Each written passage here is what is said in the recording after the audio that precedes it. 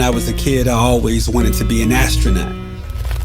But I was always told that space was too far. So I ran into the direction of my other dreams, which were also said to be too far. But once I took off, my vision became different. The moon appeared much bigger. The city seemed larger. And the people were much smaller. So the voices of the naysayers were harder to hear. So now my goal is to fly through the night and bring you the dreams of others, to find out the passion that drives the dreamer, the light that burns within their imagination, and to simply just let people know it's okay to dream. It's the action that makes it a reality. So I present to you the Pull Up with DJ S2.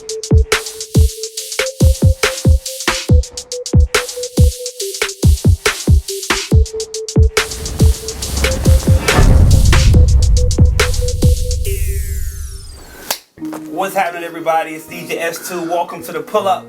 Today I got a special guest in the building, man. A staple in the 757 when it comes to open mic, when it comes to hip hop, when it comes to black women, and I really want to dive into the black women.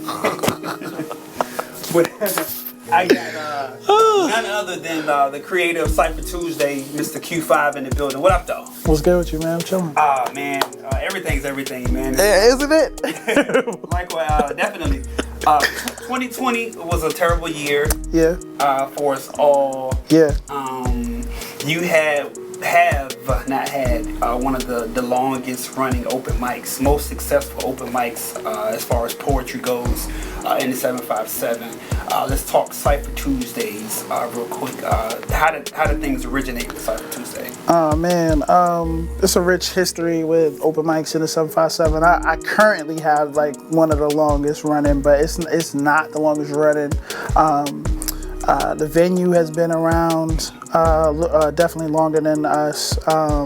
Maybe almost not quite a decade, but at least 5 to 8 years longer than we have. And then, of course, they no longer do it, but the Fuzz Band and Fuzzy Wednesdays, that was like the most legendary open mic of all time. And they did it for about, at least in my time, they did it for about a decade. But before I came to know it, they had done it for like 10 or 12 years before that. But I'm coming from, the lineage of that, so I have to pay homage to everybody along the way before you could really get to me. So the Fuzz Band and Fuzzy Wednesdays was my first experience with open mic culture, and C.I.P.H.E.R the Omen being the host, like, you know what I'm saying? That's my OG. You know what I'm saying? Shout out to the OG. That's my big bro. That's my mentor. But before he was these things to me, I was just in the audience like, yo, how does he do that? Not knowing that I would be doing it some years later, you know what I mean? And so the Fuzz Band was like the gold standard for what an open mic should be to me. And as far as one that has music involved, live band and performance. But you know what I'm saying? Shout out to Fuzz, shout out to C.I.P.H.E.R. And then, the venue was like a spot where it's a little bit more eccentric. You get a more diverse crowd, but it's just you and that stage and that mic. So you got to bring it, but it's a great place to practice and try out your things. But also, too, really, the first two things that put me onto the culture was Fuzzy Wednesdays, and there was an event called The Spot that my man Markeith used to host. He's since moved to the West Coast. He's like either in grad school or teaching over at USC now, but he used to be a math teacher at Booker T. But he started this, it was kind of like a networking event, really. Like, you just get a text like, yo, spot tonight, and it would have an address, and it'd be like, yo, pull up. Underground. Yeah, it was an underground thing, and it was like, yo, you could bring, bring something to eat or drink with you, you know what I'm saying? And like whoever, it would be at somebody's house or apartment, so like whoever was hosting it, they would have like, you know what I'm saying, something more of substance, like some chicken or some meatballs or something, but like everybody else would bring the chips and sodas and then, a bottle or whatever, and it was like you get there, good music's playing, we network for like the first 30, 40 minutes, maybe the hour, and then like 10:30 it gets quiet, and then my man would come to the middle, he'd be like, yo, welcome to the spot.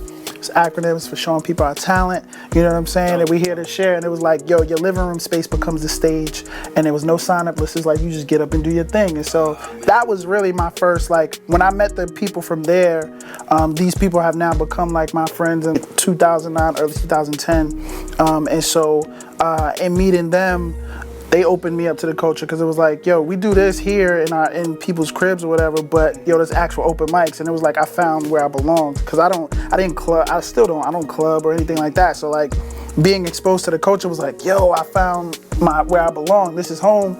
And so they put me onto Fuzzies, and then they put me onto the venue, and then like at the time we used to drive up to Richmond and go to their mics, and we would just show up, the whole crew, and we would bomb everybody's stages, like just sign a list, like 10 people back to back, and like, yo, the 7-5 is in here crazy tonight. You know what I'm saying? And so we was doing that, but as a result of them exposing me to the culture, I grew in it. And later on, you know what I'm saying, like I said, that was like 2010. So later on, like 2013, 14, I had an opportunity to host a mic with a friend of mine. It wasn't my mic, but people thought it was mine because I was kind of the face of it. I put a band together and everything. Shout out to my homegirl, Glow. Not Glow Shines, it's another Glow. But shout out to Glow Shines, her host of Verses and Vibes, major joint. And she's in DC now doing her thing. She be hosting for Bus Boys and Poets over there doing virtual shows, and she has amazing bodies of workout as well. But yeah, so in so many words, the joint was called Word Up Thursdays. I had put together like a trio band. It was cold. People thought it was mine, but it wasn't my concept. So fast forward to 2015, Triple OG, God Child hits me at the time, like, you know what I mean? And that's, I'm not saying this in any kind of disrespectful way, but like he was like literally in the prime of everything. Like he had too much stuff, he couldn't host it all. That's how popping he, you know what I'm saying? Like at the time, like Godchild was the man. Oh, like, yeah, and to me, he's still the man. He's always gonna be the man. Like I'm saying that's my OG, but like at the time, he literally couldn't be everywhere and host everything. So he was like, yo, this venue want me to do something in there, but yo, I'm gonna throw it to you. Cause at the time, like I had just, like 2013, 2014, I like found the hosting bug, and I was like, oh wow, like this is, it's not that it was easy, but it was like, yo, I can do this. It's like a second skin to me. I'm like, maybe I need to really look into this. So like it was little opportunities here and there where I really got the, you know, to taste and to bite that experience. And so like he saw it, and he had known me from Fuzzies and had seen me perform and was knowing that I was making a name for myself as a regular at Fuzzies and all these other places. And so he was like, yo, this venue wants to do a mic there. They have an opportunity. I can't host it. I got too much stuff on my plate. What you want to do? I remember those years. Yeah, so he threw it to me. I went to check it out, and I was like, bro, I already know this venue. I host the joint I was just telling you about, Word Up Thursdays. That was the same spot. Oh, okay. You know what I'm saying? But at the time when we did Word Up Thursdays, it was a Jamaican spot, and I cannot think of the name of it to save my life, but the lady that owned it, her name was Miss Wendy. Shout out to Miss Wendy, wherever you at right now. Thank you so much, Miss Wendy, you the realest. She made some bomb food. Yo, her food was great. I need to see her just so I could get some of her food again. But anyway, I walked up and I was like, y'all already know this spot. I used to host a thing in here like a year and a half before this. Word Up Thursdays only lasted like 4 months or something, because it was, I think it closed down basically. Right after we started there. Like we started like in April or something, and it went to like July, and then the spot closed up. And where I messed up was I didn't try to reestablish it somewhere else. I just kind of, I was so hurt that it was over because I was having so much fun with it. I just let it die off, and I didn't try to pick it up. You know what I mean?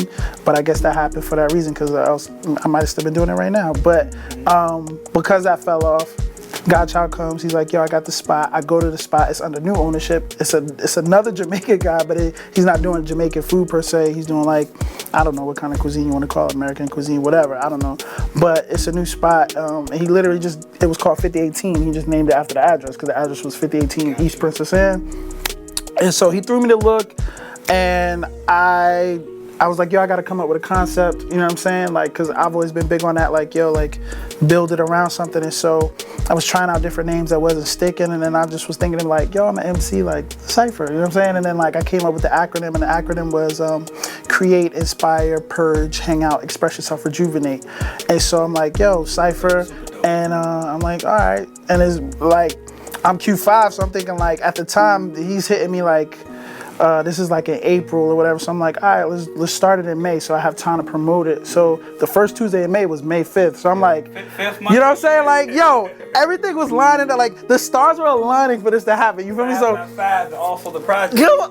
Bro, what do you know what I'm saying? You get the vibe. So I'm sitting here like, yo, everything's lining up. So I was like, yo, we're going to open up on May 5th. You know what I'm saying? It was 2015, so 5/5/15. It's a 5 thing. It's 5 day.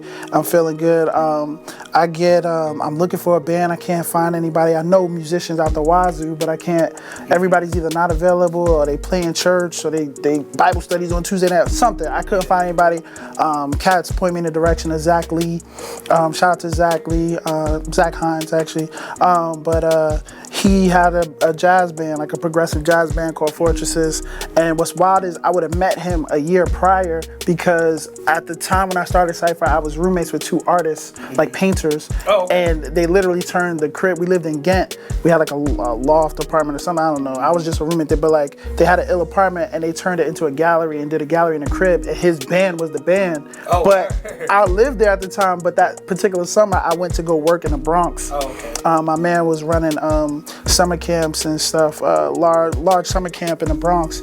And so I went up to the Bronx for the summer and I was just sending my rent money back, you know what I'm saying, to keep my room or whatever. Right. So I would have met him a year prior, but I didn't. So anyway, at that time, I didn't have a band. Everybody's like, yo, holla at him. So I hollered at him and we kind of worked it out. And he was like, yo, I got you. I'm gonna hold you down. I rock with your vision, what you're trying to do. And so we started up and it's been, you know what I mean? That's what's been going on ever since, like, ever since May 5th of 2015. And here we are, the first Tuesday in May of this year, we're gonna celebrate 6 years and then start our 7th year. Mm-hmm. And it's just been a blessing, you know what I mean? It hasn't been easy, you know what I mean? But we still here, we still rocking. I mean, the pandemic. That was my next question. I was getting ready to phase off into me. Yeah, I was getting ready to phase off into somebody probably looking for a DJ. The pandemic. So 2020 comes and as entertainers, it kind of rocked our industry really hard. Killed us. Harder than any industry. Killed us. There. And a lot of the things that we were doing, you know, we couldn't do anymore. Right. But we had to figure out ways to do it. And I like what you started doing. You took yours online. Yeah, immediately. Mm-hmm. Immediately. I felt like I was one of the first people in the area out of the open mics that we frequent and go to do that. And initially, I took it straight to Instagram. Like, I was like, oh, we're going to go live. But at the time, because the pandemic was so fresh, and we was literally, at the beginning, it was like, yo, you can't go nowhere, do nothing. So we literally was in the house. You know what I'm saying? Now it's kind of a little bit more flexible. But in the beginning, it was literally like that first 6 to 8 weeks, everybody was panicking. We was in the house. Everybody was buying up the toilet paper. We didn't know what to do, but I was like, yo, I can't afford for this to stop. So I took it to Instagram. It kind of got off over there. It was kind of live. But the second week that I went to do it, it crashed because everybody was going live at that point. Like, everybody figured it out. Like, oh, yeah, let's just move it to this platform. And so Instagram didn't have the bandwidth or whatever. I don't know, you know, technical terms, but it crashed. And, like, I was so upset and like embarrassed that I couldn't do the show that Tuesday that it crashed. I couldn't get the live to work to save my life. And I was like, you know what I mean? And so I was like, yo, so this doesn't happen again. I have to move this to Zoom. I knew that there was gonna be a risk of me losing a lot of visibility and a lot of potential people, you know what I'm saying? But I was like, I can't have this crash on me again. Yeah. So I took it to Zoom, and my brother, shout out to my brother in Brooklyn, my brother Kevin, who actually produced Volume 2, he let me use his corporate Zoom account so that I could, you know what I mean, be able to host it. Because, like, I think a regular Zoom, it just lets you do it for like 40 minutes before it shuts off or something like that. So you can't post to Facebook. Yeah, so he let me use he let me create a email for and a thing to use for a corporate account, and I just kind of ran with it from there. And like we stumbled a little bit, but we kind of found a way. And like in the beginning, it was like a nice amount of people were showing up, like 25, 30, but now it's like a nice little, like, it's like 10 of us in there. But I pretty much spent 2020 doing the joint on Zoom, for better or worse. Whether it was 5 people, whether it was 5 people or 15 or 20, you know what I mean? But yeah, it did take a dip, and I know it's natural, but I still have a responsibility to hold the space. Oh yeah. You know what I'm saying? If people want to show up, I still want to make sure that I'm there, regardless of whether it's literally me. And there's been a few times where we didn't even perform. We literally just had like conversation. It was just like, yo, what's going on? Like, just tapping in with everybody, you know what I mean? Because it wasn't that many people in there. Or like people showed up, but they weren't performing, so they was just like, I was like, yo, let's just talk, like, what's up? And you know, out of some of those conversations, like, great ideas have been made and people made connections. But the beautiful thing about all of this is, like, we're able to connect with poets and performers from everywhere because of it. You know what I'm saying? Whether it's on Instagram Live or Zoom or whatever, if people have the link or they can log on to Instagram, like, yo, I've had performers from the UK. I've met people from the UK. I've met people from, you know what I'm saying, everywhere, like Cali, Houston, Baltimore, the Carolinas, Florida, the Bronx, you know what I'm saying, Jersey, Connecticut, like South Africa, you know what I mean? So it's like, it's been a beautiful thing, and I can't really complain about it. I just think I just got to shout out to everybody that's been supporting us, because you keep us relevant. Even when it's only literally me and 5 people in the joint, and only 2 of them are performing, and the other 3 just showed up for the vibes. Like, we still have a good time, you know what I mean? And so y'all been keeping us relevant. And so, yeah, 2020 was rough, kind of figuring that out. But like now in 2021, like everybody kind of knows, like, yo, we rock on Zoom on Tuesdays. But this year, I've been doing 1 live show a month, you know what I'm saying? Because, yo, I gotta have that. And like, you know what I'm saying? It's very hard. And I'm not saying like the terms have loosened up, and I'm not saying it's necessarily safe to be doing it, but as performer, you know what I'm saying? We need the stage, and it's never a money play, you know what I'm saying, anything like that, but like it does help. Having a live show does help to, you know what I'm saying, pad things. Like, you know what I'm saying, like we're doing this interview at my job right now, but like my hours was crushed, you know what I'm saying, as a result of the pandemic, because we had to switch over to virtual and different things, you know what I'm saying. We were like reassessing our whole approach to how we work with teens. I work for a nonprofit called Teens with a Purpose, and so yeah, you know what I'm saying. Yeah, you know the vibes.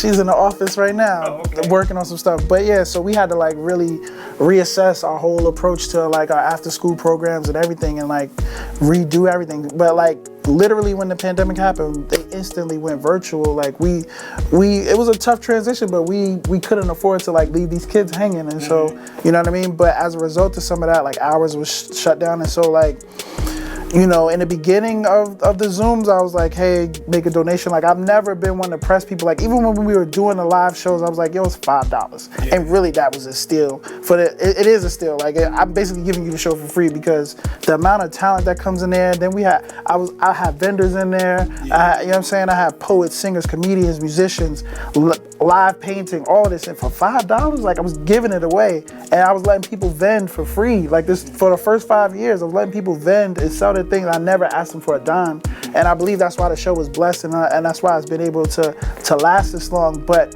as a result of all these things now, you know what I'm saying, with the live shows now, I gotta up the price, and I have to charge people to vend. You know what I'm saying? And like, you took a big, and I keep saying we because you know, you've been DJing, you was doing a show as well. You know what I'm saying? A weekly joint. And so like, yo, the community is hurt, but it's like, yo, the people, like, I was getting stopped everywhere. I'd be in a grocery store. I'd be coming up. Either C.I.P.H.E.R or when is the show coming back?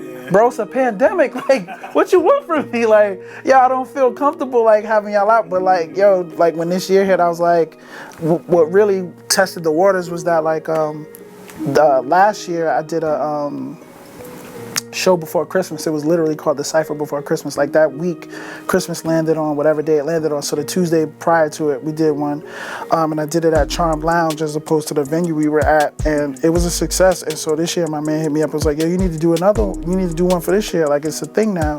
And I was like, you know what I mean? But we ended up doing one. It was in a very small and intimate space. I might have had like 30 people in there, and it was a phenomenal time. And so that kind of made me look at 2021 like, yo, we could probably do one show a month. So like what I'm doing now is basically like kind of touring it. Like I do one show a month, but I try to move it around to different places. You know what I'm saying? I might still be in some of the same cities, but just different venues. But eventually I kind of do want to bring it around as much as I can to, you know, other cities in the 7-5. But we've done a show. The first show of this year was in Portsmouth at I'm gonna say the name wrong. It's like Akebulon. I know I'm saying that wrong, but it's a house, the Akebulon house, and it's a spot. It's a 3-story house that the homies own.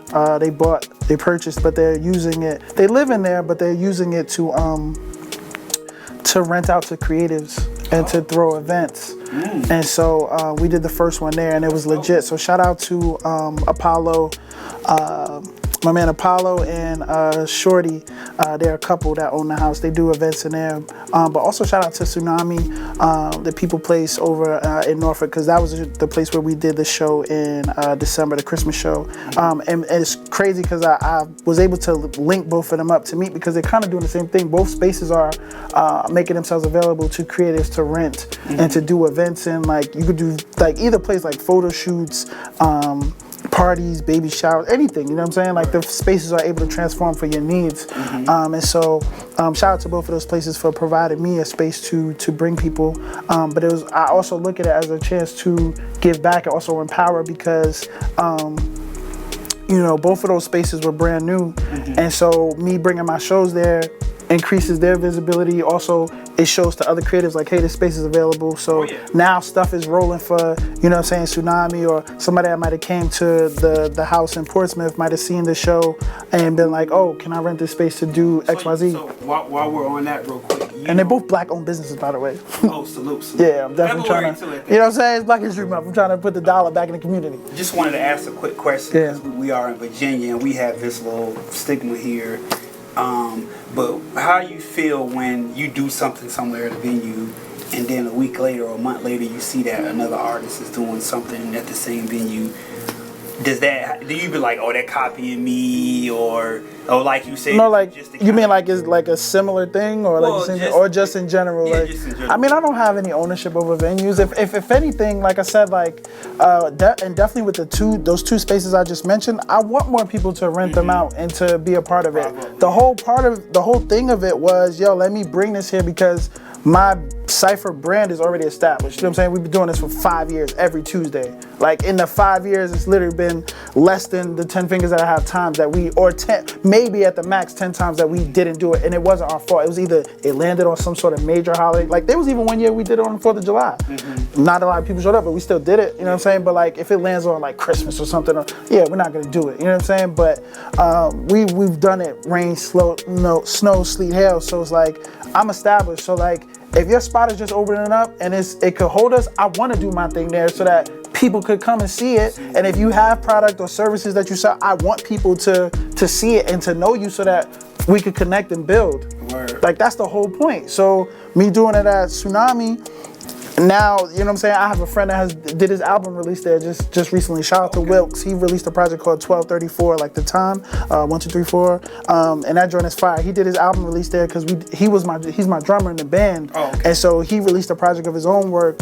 He did a joint there, and like it's other friends that are doing things there now, and so you know, the owner, shout out to Dominique Sunshine, she's been able to build and cultivate relationships off of, you know what I'm saying, me bringing people into the spaces. Not that I'm trying to say it like I'm taking credit, like, oh, but it's just like, yo, you know what I mean? Like, and so and I would hope in the same way the other space, but I know for sure I could testify to her space, you know what I'm saying, increasing as a result of us doing a show there or introducing her to people. Like, I don't own any venues. I want everybody to eat. Like, yo, it's space for everybody in the landscape, and I think we get caught up sometimes in, you know what I mean? Like, nah, they can't, you know what I mean? No. Yo, I literally shared a thing today, and I don't have my phone in my hand, and that's good because, you know what I'm saying, I'm always on it. But like, basically, it was a tweet, and I wish I could remember how he said it because it was more eloquent. But basically, like, yo, I could give you the recipe. That don't mean you're gonna cook better than me. You know what I'm saying? Like,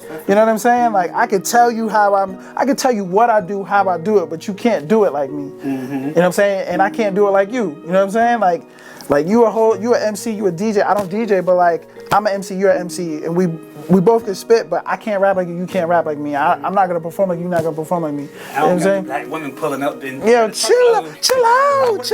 Yo, but black women have been the women in general, but especially the black women have been the largest supporters of C.I.P.H.E.R. Of, you know what I'm saying? They show up. And so, yeah, I'm gonna cater to you. Yeah, I'm gonna make sure you feel comfortable in these spaces. Yeah, I'm gonna make sure you feel, you know what I'm saying, welcome and you know what I mean? Because, yo, you're the main person showing up every time. And I said this in a live with my man, Nayland Smart, because we were having a conversation about empowerment, you know what I'm saying, for black women and, you know, through our art and everything. And I was like, yo, when women feel safe and appreciated in spaces, those spaces flourish. And so, the women feel safe and appreciated when they come to C.I.P.H.E.R. They feel the love in the room, and so Well, that's the thing, it's grown. They look for security too, and in men. So Yeah. where you could provide a space where they can feel secure and safe, like you said. And this is why I want to get into the black women, because it's difficult to get black women to support you as a black man. And I'm not saying it's impossible, but it is really hard to for a black women in general to stamp your movement or stamp what you're doing. What's the secret sauce into that, you feel like? Oh man, I feel like I had the answer to this again when me and Nayland did that live, but I think it's being consistent. You know what I mean? Consistency when they see that you're, you know what I mean, adhering to your beliefs, what you stand for, but also how you maneuver around them and how you know what I'm saying, act and how you treat and how you respect them and respect yourself, you know what I mean? So consistency is a huge factor, you know what I mean? And I think a lot of the trust that women, especially black women, pretty much black women have with me is because they see that I'm consistent. Like I'm always, you know what I'm saying, gonna be respectful. I'm always gonna be polite. But even like outside of like the actual interpersonal, like just with things I'm doing like C.I.P.H.E.R., like they come to that consistently because they know it's gonna be every Tuesday. You know what I'm saying, without fail. Like unless Jesus come back or the world is ending or something, like yo, C.I.P.H.E.R.'s happening. So like that helped me build a rapport and a relationship. And when you come through the door, you know I'm always gonna hug you and greet you and be like, yo, good to see you, da da da. I'm gonna compliment you or say something about yo, oh, you know what I mean? And like, and so like, cause I can't think of all the parts that make up the correct answer or a great answer, but consistency is like the biggest thing. You know what I mean? You posted you made a post when you were doing the video to you know, I'll be such. I don't know if you dropped a location, but the post was, if I could remember, it was something like I'm shooting a video, looking for females to kind of sort of come out. Yeah. Da da da da. And then you end up with like 20. I don't know how many. Yeah, it was about like 20. But 20 beautiful black women coming to be in the video. It was a beautiful thing. It was a beautiful thing. This is the process. You had a lot of guys hating, by the way. Really? Oh man. No, I'm just kidding. It sucks to be you, because I was living my best life that day. But okay, so the process was like, again, these are all my friends. You know what I'm saying? It's not like I'm asking random people that I don't know. Even though, you know what I'm saying, there's probably some top tier joints that I would have asked, but I don't know you, so I didn't want to, you know what I'm saying, make anybody feel uncomfortable. So I just went into my friends list, like on Instagram, and I literally was just like, I made a list. I wish I had the notebook with me now. I wrote about 80 people, and even at the 80, I still was adding names to it, so it might have been closer to 100. Playing the numbers game, having been doing events for as many years as I've been doing them, or attending events, you know how that goes. You could invite 1,000 people, 10 people to show up. So I'm like, yo, I made the list of 80. First of all, to even get to that, again, had to circumvent and like come back to, but like the song drops, everybody hears it, the ladies love it. I knew they were gonna love it, you know what I'm saying? Because it's a dope song. Like even if I hadn't wrote it, I'd be like, yo, that's hard. Like, you know what I'm saying? And like in my mind, I was like, yo, I know when this comes out, like the ladies are gonna be on Instagram, on their stories or whatever, or Snapchat, wherever, and they're gonna be like dancing to it or getting ready and looking sexy. And so I was like, yo, it's gonna be like a thing. It's gonna catch. And lo and behold, my friend Taz, who's a poet, she was the first person to tag me and be playing a song and like do like a cute video or whatever. And so it became the challenge. It became the Gas You Up challenge. And so then the ladies started responding to that. And I was trying to get them to do it on TikTok and on the Reels on Instagram, because the way the algorithm is these days, they're like paying more attention, or you get more visibility with the Reels than you do with posts. So like I was like, yo, make a Reel, tag me in it, da da da, on Instagram, I'll repost it to my story, blah blah blah, and like use this hashtag so that like if we click on it, everybody can see it, you know, thinking I'm gonna get like 1 million, but like I got a nice amount, like, you know what I'm saying, it wasn't like astronomical, but it was beautiful. So like my friend Taz started it, and then I just made a post like, yo, this is the challenge, do this. And so the women started responding. And so my idea was, I'll drop a visual for this, but the visual will literally just be all of the challengers strung together, like put together in one video, and I'll just play the song over top of it. And it'll just be ladies showcasing it. So then I'm talking to my homegirl Bianca about it, and she's like, nah, like she was like, yo, take it further than that. Like, actually get them together in real life. And I was like, I could do that? She's like, yeah, they'll come out, they'll support you, kid. You know everybody loves you. I'm like, all right. So I compiled a list. You know what I'm saying? Painstaking, sweat coming down from. Like, oh man, who's the baddest in the land? But I'm also like, yo, I want to showcase every type of. I want, you know what I'm saying? Like, and this is not me trying to be funny, but like, I want big girls, I want small girls, I want tall girls, short girls. I want every skin color, shit. I want to just showcase black women in this video. Now I do have friends and fans that aren't black, and that's fun and that's great. But like, I was like, yo, this video, and even if I shoot some other videos for visuals for songs from the project, I always want to showcase black women, but I also want to showcase women that wouldn't necessarily be considered the video vixens. And so like, I was like, I want to have some of those like video vixen types, but I also just want the everyday or the around the way girl. So like, I'm making a list of all these different types, and I'm like, yo, I'm gonna put the invitation out to this high number of people, knowing that only a fraction of them are gonna show up. So when Bianca hits me like, yo, no, get them together in real life, I'm like, all right, let me one up you with that. Let's get them together. Tell everybody to dress up like they going to brunch, and we gonna walk around downtown and maybe try to shoot it in grain at the brunch spot. Like, I'm just thinking like when I get to thinking, I'm like, yo, nothing's impossible. Like, we can do anything. They're gonna let me hang off the side of the roof if I need to. You know what I'm saying? And so she's like, yo, bet we could do that. And she was like, yo, let me help you with this, because she has like the event coordinated skills and all of that. Like, she, you know what I'm saying, throws events. Well, not necessarily throws events, but she is looking to get into it. Like, she threw herself her 40th birthday party, and she did it at like Granby Theater, and like, so she knows how to plan stuff, is what I'm saying. Gotcha. So she was like, yo, and she works for Geico. I know her. Yeah, you know what I'm talking about. Yeah. Well, I tease a lot on the book. Salute, shout out. Yeah. Every time she posts something serious, I gotta get on there. Yeah, so that's the homie. We exchange like just good energy. Like, I think she's gorgeous. She's very gorgeous, but it's more like we just dig each other because we both very positive people. So we just like give each other, like, she'll hit me up and just encourage me sometimes, and I'll be like, yo, I see you, and it's like an exchange of good energy. So she was like, yo, let me help you with this. I'm gonna help you put this together. I'll be your assistant on this. So I'm like, bet. I give her the list of 80 people. She breaks it down into like groups, and she sends out like 4 group messages. You know what I'm saying? And she's like, yo, Q5 shooting a video.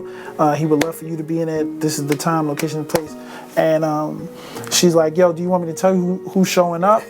Or do you just want to walk in and be surprised? And I'm like, I want to know, but I was like, I kind of want to also just walk up and see. Yeah. And so I didn't know, you know what I'm saying? I know, and there's people. But to walk in and see, you know, the amount of love. And so she makes the list. I don't know who's coming. I get there, you know what I'm saying? And of course, we all black, so like, people are running late or whatever. But like, even the first, like, when I got there, it was like 6 to 8 of them already there waiting. And when I walked up, I was like, oh my God, you came. Oh my God, you came. And some people I was only like, not only, I don't want to say only friend, like, clearly I'm friends with them on social media, but like, I hadn't spoken to them or seen them in person in a long time. One, because of the pandemic, and just because of stuff. So like, some of them was like my first time seeing them in real life, like, or like hanging with them. And I was like, yo, you really came? And like, oh snap, you really came. So I'm sitting there like, oh, this is crazy. I'm like, oh man. And so, more of them just start trickling in, and then like, you know what I'm saying, it's around the time that we should be getting ready to shoot, and like we kind of have the group, and it's like a nice amount. It's like 20, maybe like 23 women. You know what I'm saying? And we're downtown at Selden Market, and I'm just looking around like, yo, this is glorious. Like, I'm the man right now. You can't tell me nothing. Everybody wanted to be Q5 that day. Yo. Every time you posted something, I'm including myself, I'm looking like, why ain't I thinking to gas you up? Yo, so I'm like, yo, it was 20, but like, it was a whole bunch of them. I was like, like after the fact, and when they saw the photos and the like little TikTok videos and stuff come out, like behind the scenes stuff, they was like, man, you know, I had to work or I couldn't make it. So it was like just the people that showed up, it was amazing. I'm like, yo, if everybody that wanted to come had been able to come, because a lot of people after the fact was like, yo, I got the message, but I just wasn't available. So I'm like, man, I was like, yo, you would've came? Yo, you would've came? But like, I was grateful for the people that showed up. They showed love, and it was like, nah, Q, like, we're doing this because like, yo, we love the song. Like, we love the song. We love what you're doing. It has a good energy around it, and you know, we support you. And so like, you know, it was a lot of it was me trying not to like get choked up like that. You're like, sometimes you really need to feel the love. Like, people say they rock and they support, But like that day was like a visual representation that like, yo, I get love out here and that people really rock with me. And like, Yes. I gotta shout out Bianca for helping me coordinate that, but I gotta shout out my man Earl Humphrey because he directed the joint. He shot the joint, you know what I'm saying? And we're still working on it. It's a painstaking process. Like I just dropped the trailer for it, the 60-second trailer on YouTube, and I'm gonna post it to the gram tomorrow, and I'm gonna give it to all the ladies that were there, so that they can post it as well and let it go from there. The trailer anyway, but like, yo, it took us. Yeah, that's a painstaking process to edit the video. So like people are like, where is it? And the other part of it is that like he shot it for free, and so I kind of have to, you know, work with his schedule because he has paid jobs and things that he has to do in addition to his everyday job. So it's like when he gets off, he's doing paid projects first, and then it's like, all right, I have time to work on this free thing I did. And so people are like, where's the video? And I'm like, bro, I gotta wait. Like, one, it's a painstaking process. Two, I'm like, yo, he shot it, so I'm on his time. But we're gonna connect soon and work on that. But yeah, man, that whole day and it was crazy. Like I had a girl that I know that that's an avid supporter, comes to C.I.P.H.E.R. and everything. She was like, yo, I felt like I should have paid you to be here. Wow. She was like, yo, the vibes was so, you know what I'm saying? Because a lot of these girls didn't know each other too. Like I know all of them, but some of them didn't know, a lot of them didn't know each other. Like they, of course, a few of them was like, oh yeah, I've seen you at C.I.P.H.E.R. I know you, you know what I'm saying? But some of them really didn't know each other from anywhere. So they bonded over the course of the day. Yeah, but that's what queens do.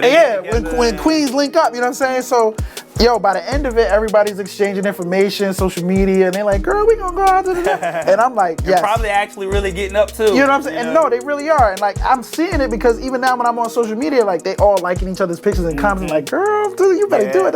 And so I'm loving it because it's like, you know what I'm saying? It's bringing black women together. It's also, you know what I mean? And so, yo, it was a great day. Like, but when she said that, I was like, it kind of was a vibe. And like, yeah, like it needs to be, you know what I'm saying? She's like, yo, I felt like I should have paid you for this. Like, it was so dope and I just met so many dope women and like had such a good time.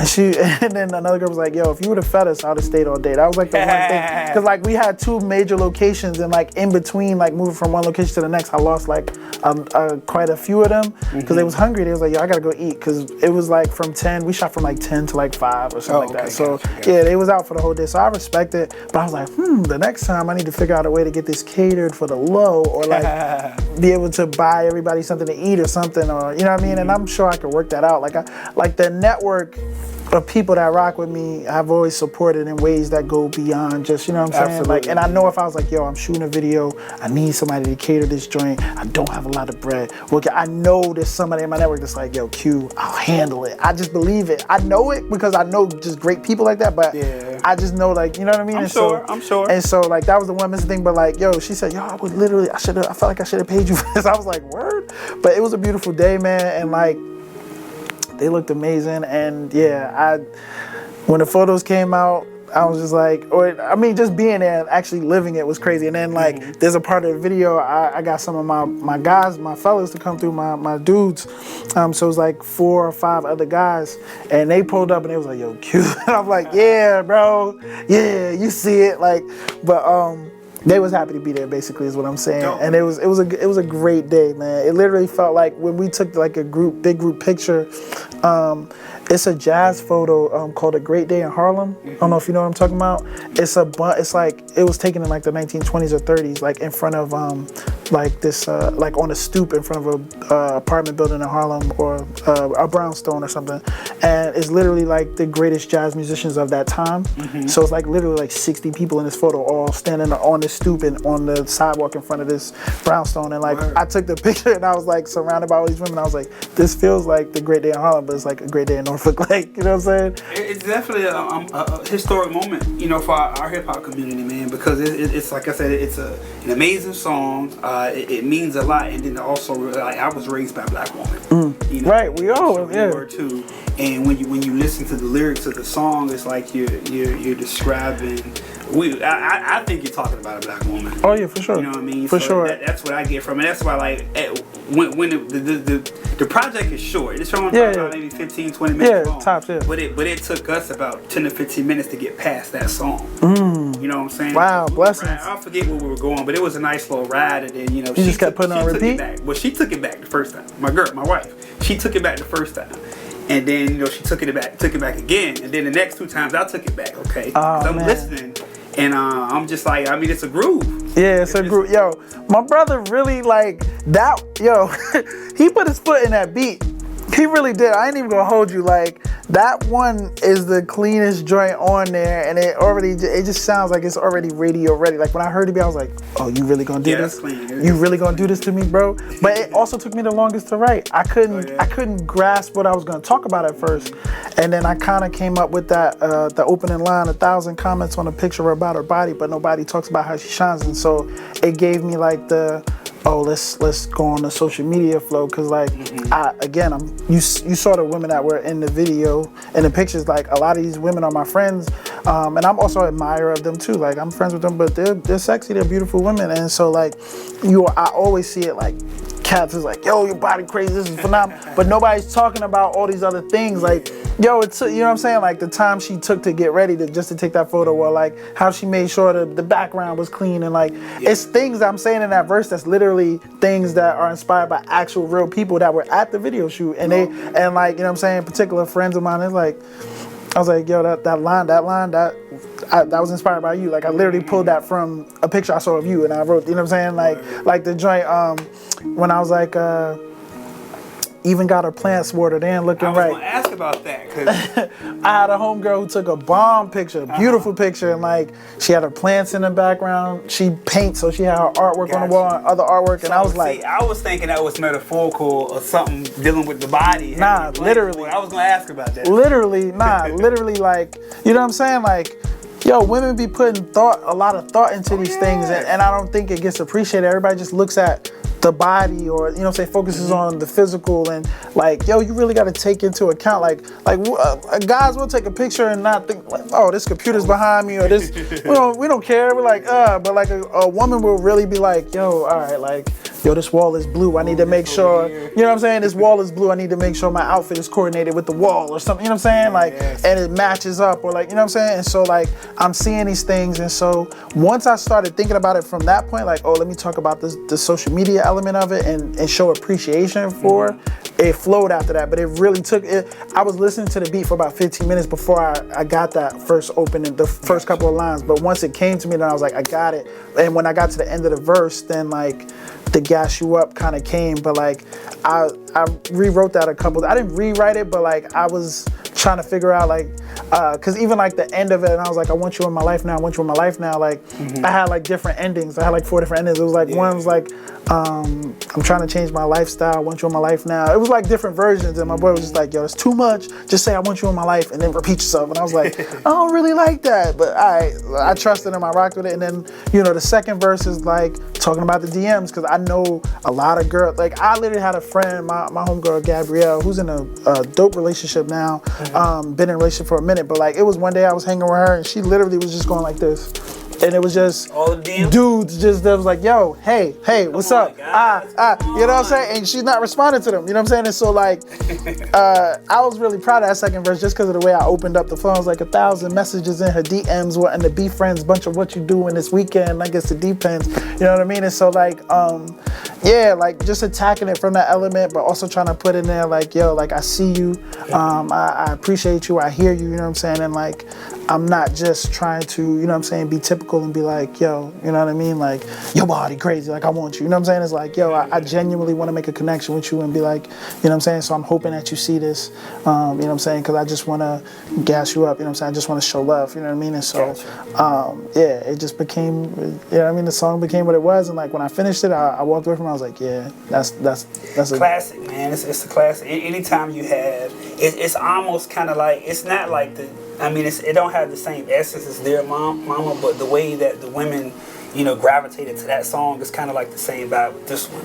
Yeah. You know, so that's dope. That's amazing, man. Anytime you have that coming from, because black women, it's hard to get their support. It's not hard to get their support. It's hard to get them to back something and to like something like that. Yeah. You know what I mean? But they definitely showed it love, and like you just telling me that your wife kept running it back is like, You know Yeah, what I because mean? she's Like, not really in the. Yeah, you know what I'm saying? She So, like- raps. She's an MC, but her style of music ain't like the style of music that that we like. Yeah. You know what I mean? I like a little bit of everything, but she's not like a fan of Dilla, Common, Tribe Called Quest. She don't like that kind of music. and that's like what I grew up on. Yeah, so when they first came on, she was like, okay, all right, it's a good vibe right here. And then, she got the message in it, so she had to take it back. That's what's up. And it's been people that I don't know. Like I'll be on Twitter and on every platform. I show love to black women on every platform. But Twitter, I just really like, you know what I mean? I mean, we're friends on Facebook, you see, but like I do that on Twitter as well. And so like I started commenting on the girls' pics with the song, and then like a girl really listened to it. And she was like, "Yo, this is crazy." And then like she followed me on Instagram, and then she, you know what I'm saying, was playing the song in a video, and I was like, cool. Like, you're a complete stranger. You live in California or something. I've never seen you before in my life, but you rock with the song. So I know, like, if somebody just takes the moment to listen to it, they're gonna love it. You know what I'm saying? And so, like, no question. But yeah. So the last thing I want to talk about is the pizza emoji.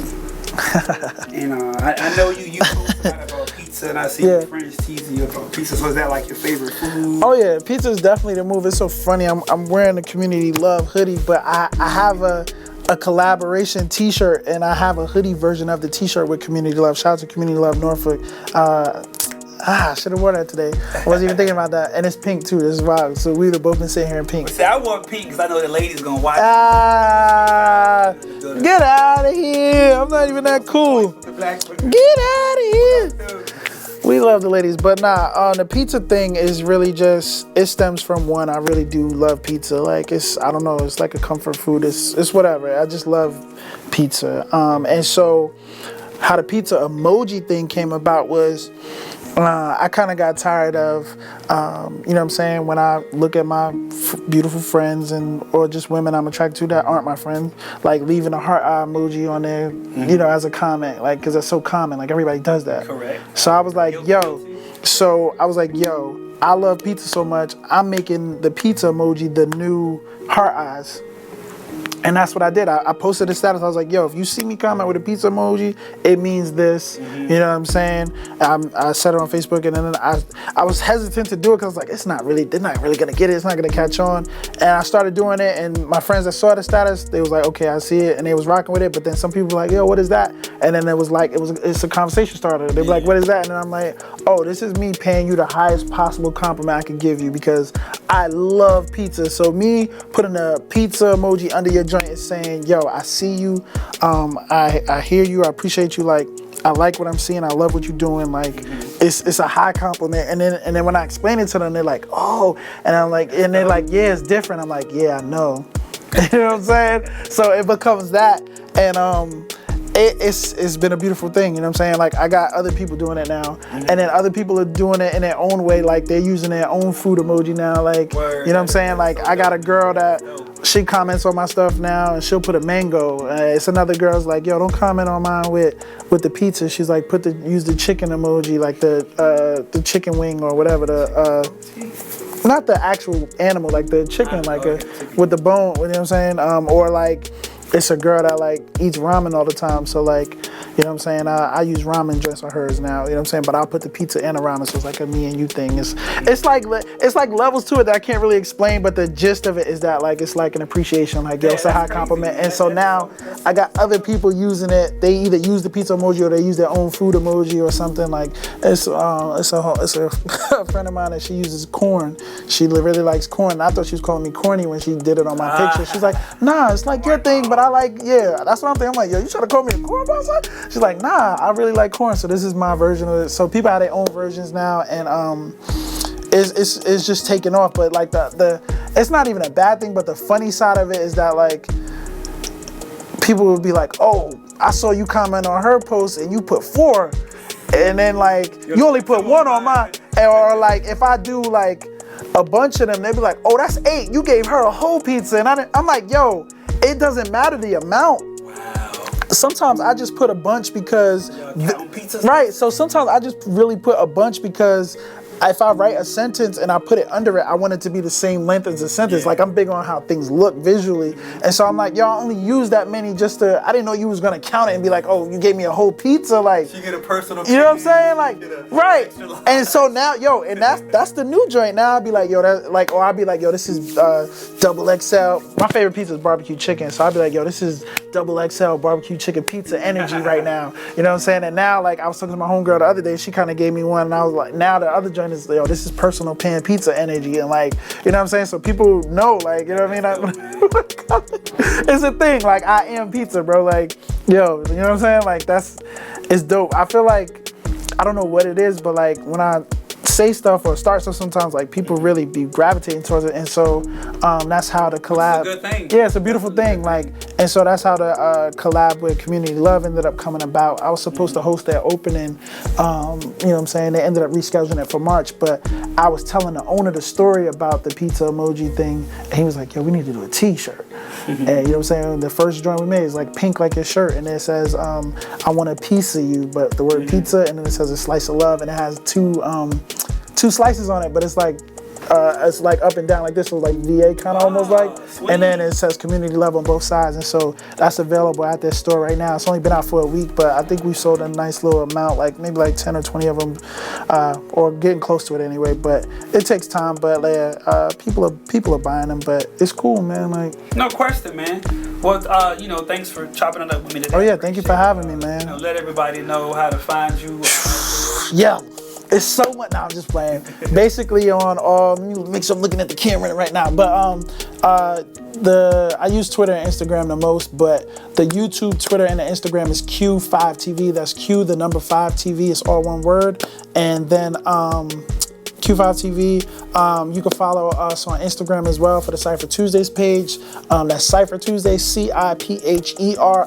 Tuesdays. Again, C.I.P.H.E.R. Tuesdays on Instagram. We also have a Facebook page of the same name. Follow us on both. And I have a podcast with the homie Julian, who goes by Creative Culture. He's a painter. It's called the Art Drop Podcast. And we have an Instagram page for that, the Art Drop Podcast. And the podcast is available on all streaming, wherever you listen to your podcast at. So the Art Drop Podcast, C.I.P.H.E.R. Tuesdays, Q5TV.